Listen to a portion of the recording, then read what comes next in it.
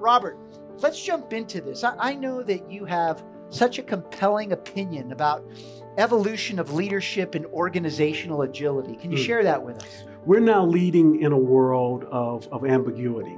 From a higher education perspective, we're educating young people for jobs that do not exist, to solve problems yet to be identified, utilizing technology that is yet to be created. Once upon a time in a world far, far away, you could predict the future in your organizations because of standardization and everything. 80% was predictable. Yep. What have we learned in COVID?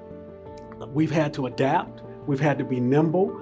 We've had to be collaborators. We've had to be divergent thinkers. And I think for leaders going forward, you've heard the word authenticity, be an authentic leader. I think it has to start there. And if anyone thinks that we're going to go back to the old way of doing it within higher education and in most industries, in this new world, they are sorely, sorely wrong. So we have this crucible as leaders to create what the next new normal is going to look like.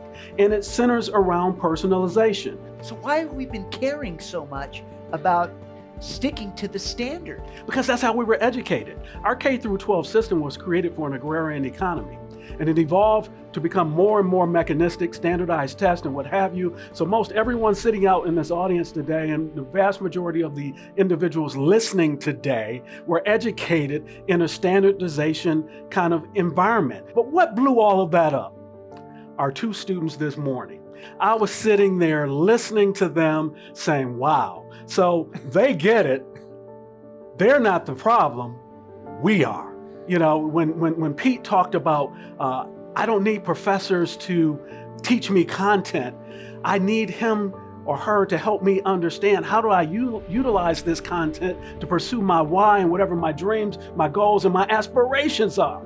Well, that same professor, that same administrator, Robert Johnson, I was educated in a different way. So I have a choice: evolve or become obsolete.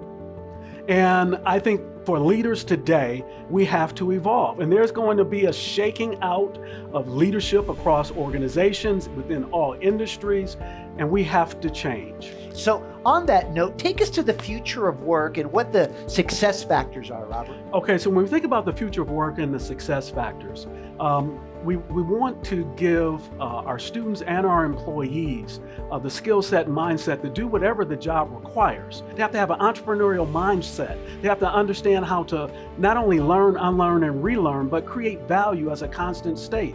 According to the World Economic Forum, 65% of the jobs that will be available for grade schoolers don't even have a name. They don't exist.